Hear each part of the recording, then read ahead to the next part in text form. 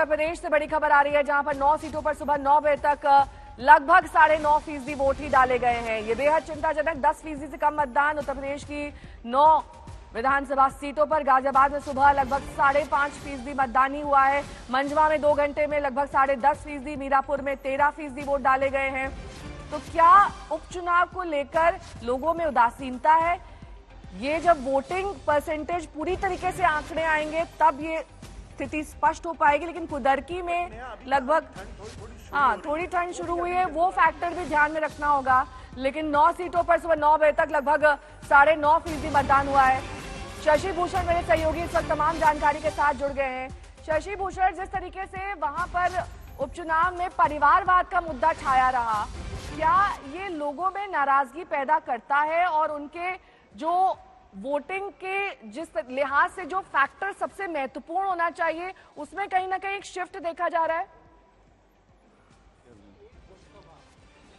Frame दीजिए ना, frame. ठीक है शशि। देखिए नेहा, झारखंड में 38 सीटों पे वोटिंग चल रही है और हमारे साथ कल्पना सोरेन जो गांडेय सीट से उम्मीदवार भी हैं, स्टार प्रचारक भी जेएमएम की, सीधे उनसे जुड़ेंगे और उनसे बातचीत करेंगे क्योंकि गांडेय सीट गिरिडीह के अंदर ही आती है, जो 6 सीटें हैं। कल्पना जी हमारे साथ हैं। कल्पना जी, आज वोटिंग चल रही है गांडेय से, आप और स्टार प्रचारक भी, कैसा अनुभव? चूंकि पिछली बार तो उपचुनाव में आप जीती, इस बार क्या उम्मीदें हैं?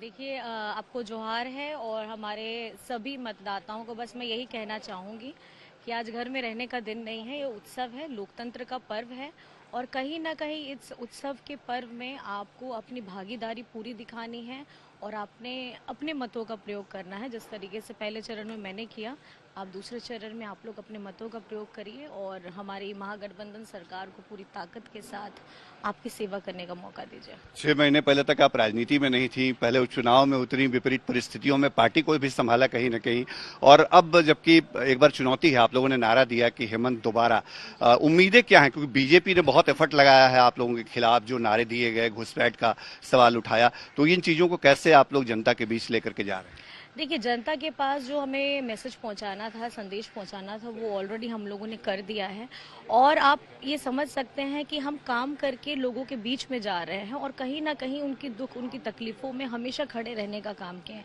आज चाहे हक की बात हो, चाहे मान सम्मान की बात हो, ये लोगों को सेवा देने की बात हो, झारखंड की ये महागठबंधन सरकार ने उतार चढ़ाव में के साथ में ये कार्यकाल पूरा किया है और हेमंत सोरेन जी डरे नहीं, झुके नहीं और आज लड़ रहे हैं।